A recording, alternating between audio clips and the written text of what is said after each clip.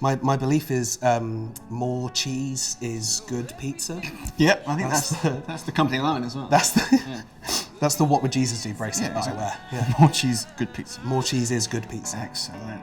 Hi, I'm Mike, and you are watching Behind the Bass. Today's guest needs no introduction.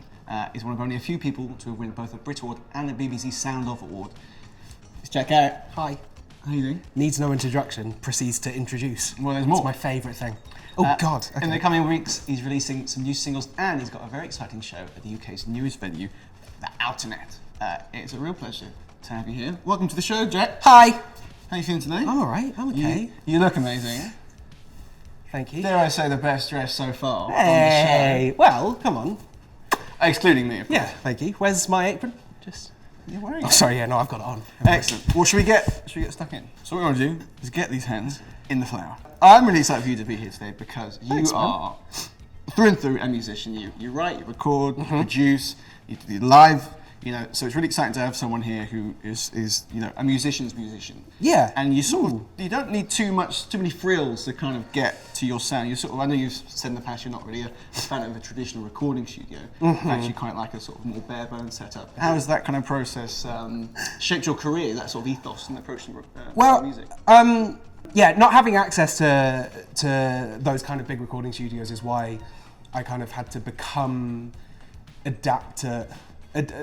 had to adapt to like my scenario, and I taught myself at home to like produce music. In doing that, I was trying to like emulate the people who I knew were recording music in a kind of similar way that I was. So like self-producers, I was listening to a lot of like James Blake at the time, and I was obsessed with Stevie Wonder, who I knew like produced all of his music and performed it all himself as well. So put your hands like this, so you're just gonna flick them out. Okay. What's that like? You want to just So you're gonna like, oh, yeah, like that. Really good. and he's got a hole in it. That's okay. This is terrible. Go on. This is awful. Let's see it. I'm so bad at this. I'm supposed to be good with my hands. Like, You can pull it back. That's good. I like that. Okay. I'm just going to drop our dough in the pan like that. which is definitely going to fit. You mentioned all DAWs. right. That's good. Great. DAW's digital audio workspaces. Well done. Uninitiated. With those being really popular and MacBooks, being readily available, everyone can be a musician. Everyone and their mums are music producers now. But the problem is, everyone now is a musician. Yeah. How does an upcoming artist stand out? Everyone is creative to a certain point, 100%. Creativity is something that should be encouraged, especially in like our kids, in our youth. Creativity is like the reason why we as a species talk and tell stories, because our communication is in its heart creative. So everyone in their bones is creative. Everyone can do it. Everyone has access to these things. Now, there's still levels of privilege. MacBooks, as you say, still one of the most expensive pieces of equipment that you can buy over a counter. So not everyone could get one. I got mine through privilege. My mum and dad helped me so much early in my career. I don't shy away from that. I don't pretend like that didn't happen. I'm not a rags to riches story. I am someone who had privilege available to them, and I worked hard, and I was very lucky. Just know what makes you you. That's all you can do. I liked your answers. Thank you. Should we put some sauce in our pizza? Yeah! All right. It's pretty. Sorry, sound man. It's pretty straightforward. You just dump it in the middle. Well, you do, and then you do the... We're making the reimagined sloppy Giuseppe, which is a fan favourite. If I mess this up, something's really wrong. But I think it's evident you've got a sonic vision that you wanted to realise. Do you go into that with the song is in my head, I just need to get it out, or does it sort of come around as you write and record? So when I did my first album, my line was always like, I've had 23 years to write it. It's a collection of songs that I've been like mulling over for pretty much all of my adult creative life. And the sonic vision of the record wasn't so much like, I want to do it all myself, I have this idea. It was more of the impulse of like, I've got these songs and I know what I want them to sound like, which I think exactly contradicts me saying that it wasn't that. But it kind of is and isn't. It's not like I was going, I know exactly what I want to do. It was just instinctive, impulsive thought. It was very rarely like premeditated. It was always kind of instinctive in the moment when I was in the room in the studio, which is why working with other people I always found quite hard. Not because I felt like they would stunt it, but because I would start to question myself. Yeah, I didn't have time to overthink, but I am a control freak and I'm an overthinker. And my anxiety guides so much of my decision. being on the road and recording that album in the way that I was doing it was kind of really helpful because it forced me to not overthink. Should we put some cheese on? Yes! I'm gonna let you take the lead on this one. My belief is more cheese is good pizza. Yep, I think that's the company line as well. That's the What Would Jesus Do bracelet that I wear. Yeah. More cheese, good pizza. More cheese is good pizza. Excellent. I mentioned at the top that you won Brit Award and the BBC Sound. Yes, I did. Poll 2016. You beat Dua Lipa, Muramasa and Loyal Kana amongst others. What was that sort of time in your life like? What can you just let an insight into how you were feeling about that? It was really hard. It was really hard. I kind of, my relationship with that time, and especially those awards, the Critics' Choice and the Brit, my relationship with them is very tense because on the one hand, I'm indebtedly grateful, and I have come to believe that I did deserve them, I guess. But it takes a lot of suffixes and declarative, like, afterthought to be able to say that out loud. And I felt like the Brits were the ultimate, the award, was the ultimate pigeonhole. Because from that, I could not return. All right, we've got black pepper and oregano. I'm gonna do black pepper first. Okay. And then I'm gonna do oregano. You pecked at it like a bird. Yeah, like a little chicken. I'm gonna get the oregano. Oh, lived in Chicago. That's my one. That's my one. Obviously, music's very powerful for you. I know your music has been very powerful for some people, and one person in particular. That's a story about someone who used your music to pull themselves out of something. Yeah, it was wild. I remember this was years ago, which I'm gonna get the story wrong.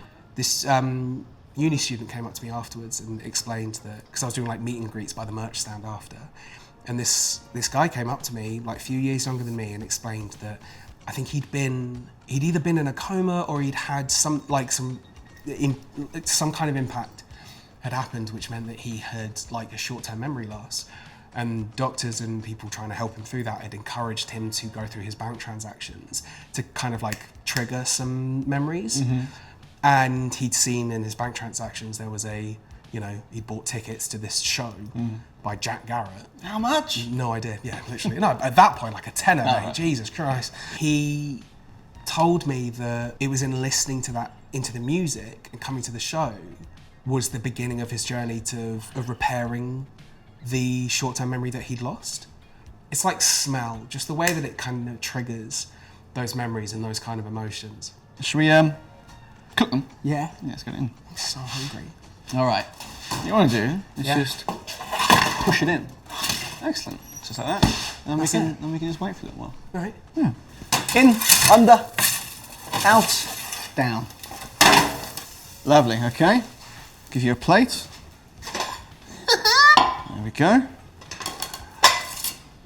Well, that is delicious. That's an actual pizza. Good enough to eat, I reckon. I've never made a pizza before. Right, we're going to do a little finishing touch with some parsley. We've got some parsley. Yeah. You don't want to cook the parsley, that's going to burn it, isn't it? And then... I made that mistake before. I've got a slicer. You've got a slicer? All right. And everyone knows, if you've seen the show, which I'm sure you have, you know the key is to commit to the slice. Right. Oh, Jesus Christ. All right? Yeah, all good. So you want to go in, and then all the way through. Oh my God. All right. He's doing it. And we can slice that. And while you're slicing, you can tell us about the song you're going to perform for us today.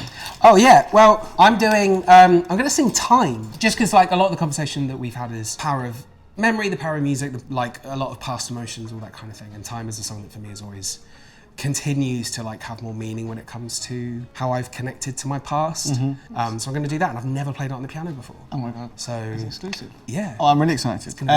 What else is coming up for the rest of the year for you? You're playing. We mentioned Outernet. Yeah. You got some stuff planned. So November 30th, I'm playing at the Outernet. Another like exclusive. Go on. I'm doing a UK tour in March. Hell yeah. Yeah. Which feels terrifying to say out loud.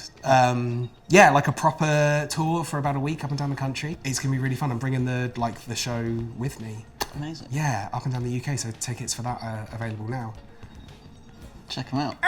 I'm excited for you. Yeah, what I'm maybe more excited for immediately Yes. is a little bit of this pizza. Should we get stuck in? Yeah, I think we should. My tummy is rumbling so hard. Actually, that is quite. Go That on. is. Should we have a little boop, ding, and then let's do it.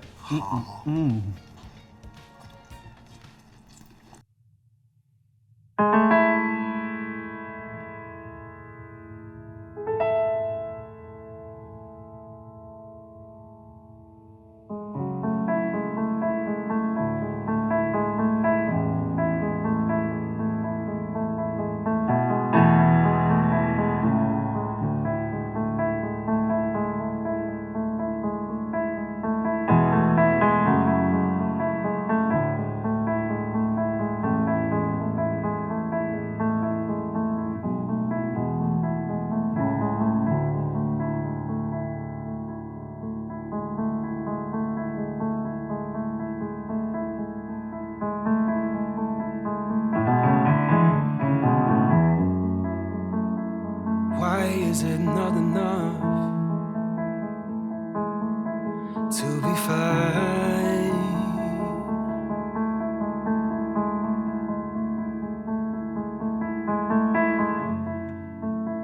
You're overthinking in a rut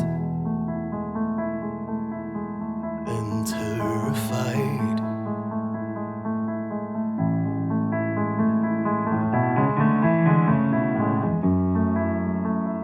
Giving into who you are and losing your mind.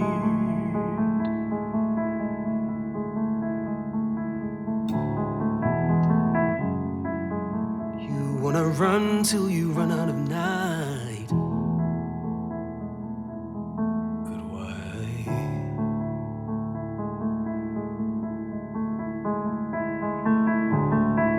When time is on your side,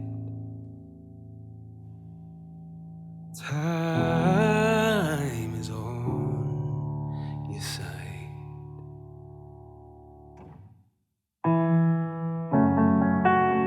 Now everything you think you know of your design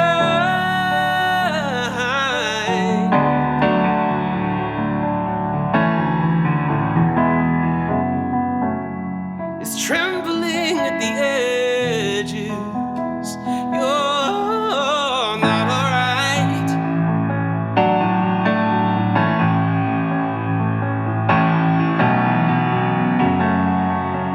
Afraid to look inside yourself, afraid you'll find